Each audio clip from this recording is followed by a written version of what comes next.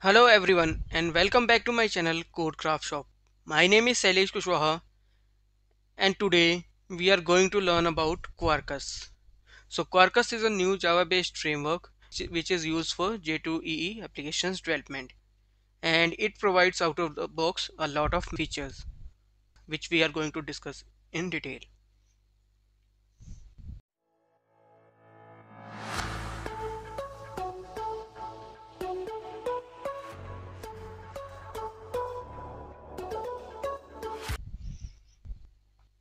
So the agenda of this video is to cover introduction to Quarkus. Then we will discuss about the benefits of using Quarkus. Then we will talk about what are the supported libraries available in Quarkus. So if you can see in the screenshot, so Quarkus is quite ahead of Spring Boot. I'm not saying that yes, Spring Boot is bad. Here I wanted to show that Quarkus is quite faster than Spring Boot. So Quarkus is also known by the name of Supersonic Subatomic Java.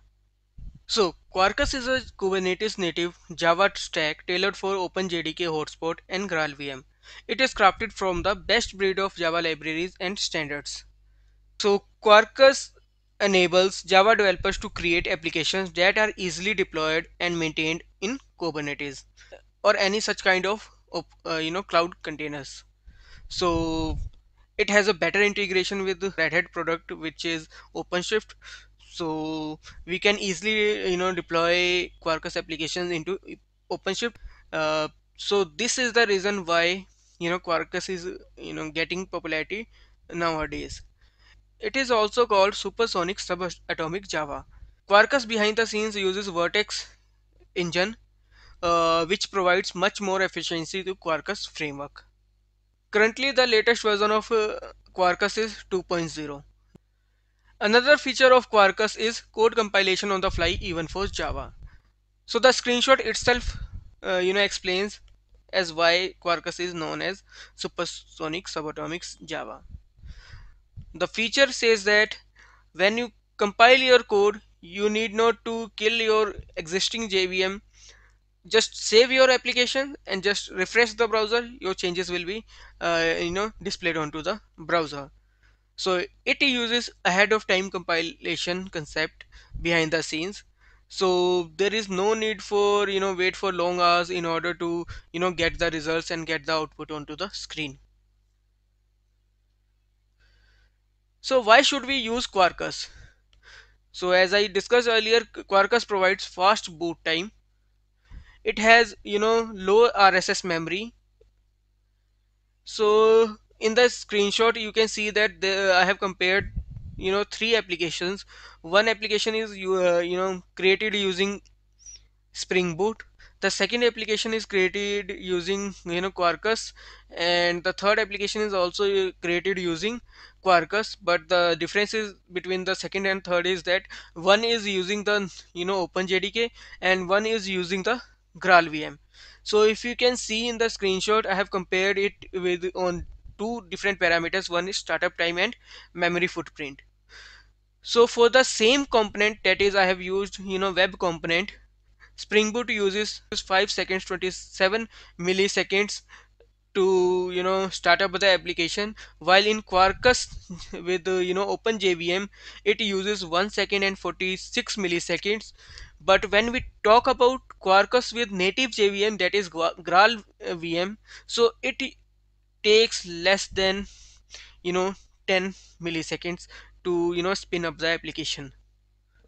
If we talk about on the basis of memory footprint, so Spring Boot application takes 115 MB of data, and if we talk about Quarkus JVM, it uses 74 MB of data for the same application, and Quarkus native uses only 21 MB.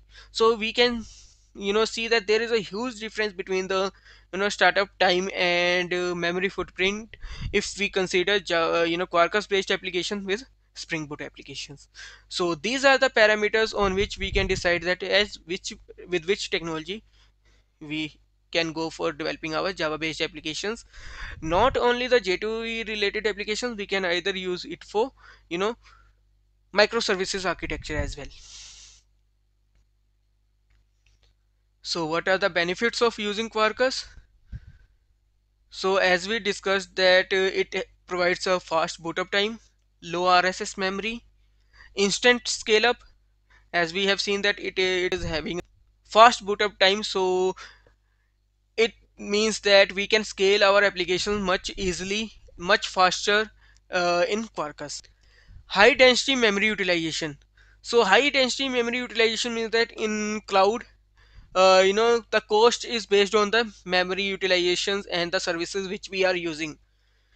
So there we cannot, afford heavy applications. So that the applications do not waste much of the resources on the cloud. So that's why, Quarkus came up with a concept of high density memory utilization. And Quarkus is created using the container first approach. So if you can see in the screenshot, Quarkus both provides memory, utilizations, and it has a fast boot up, plus it has a fast response time as well. So let us talk about container first approach. So Quarkus has been designed around a container first approach, and it is optimized for low memory usage and fast startup times. So there are four principles on the basis of which we are saying that it is a build around the container first approach. The first one is first class support for Graal and Substrate VM. Substrate support has been, an important part of the design of Quarkus applications, and we can say that Quarkus framework. When an application is compiled down to a native image, it starts much faster and can run with a much smaller heap than a standard JVM. So what it means, like, in the first screenshot I have shown you that uh, Quarkus with native takes less memory as compared to the other two type of applications, whether it is a Spring Boot or Quarkus with standard JVM. So this explains the that part. Build time metadata processing.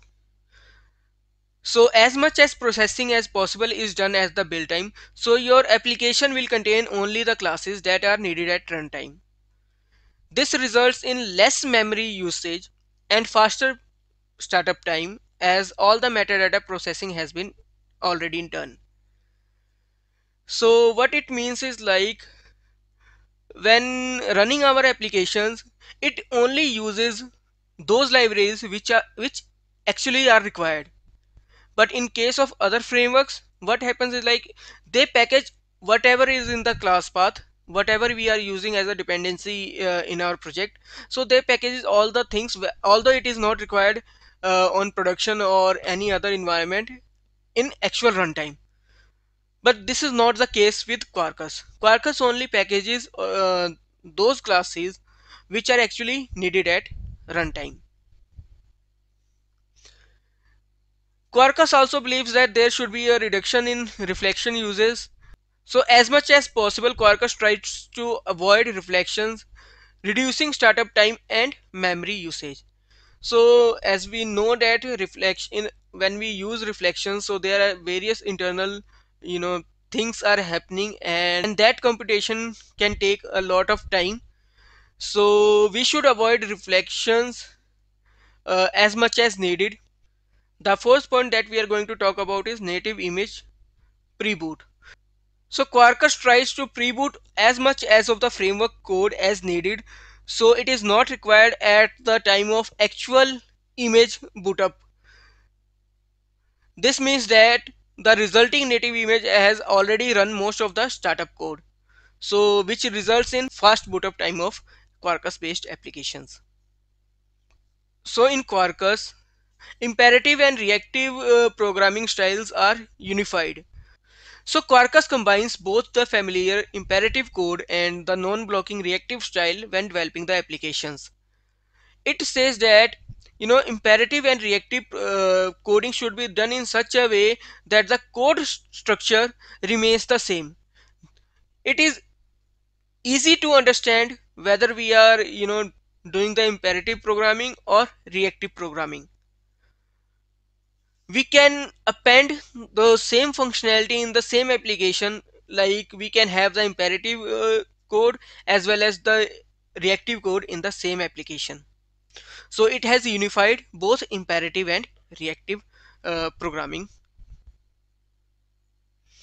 The next one is supported libraries. So Quarkus has a vast library of supported frameworks. So it has all the market leading technologies like OpenShift, Kubernetes. It has an integration with Jenkins and Redis, and there are other frameworks. So Quarkus has a better support with all these market leading technologies. Developers Joy. So it provides a cohesive platform for optimized developers joy, unified configurations, zero config live reload in the blink of eye, streamlined code for the 80% cases, flexible for the 20% cases, no hassle native executable generation, and we can generate the native images using the same coding standards, we using the same commands. So Quarkus uses the same maven commands which are used for packaging our normal applications.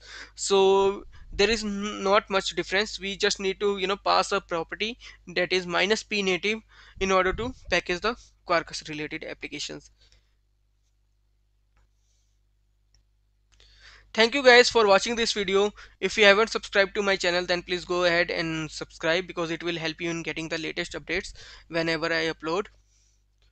You can follow me on Facebook, Instagram, and Twitter at the handle CodeCraftShop. Thank you.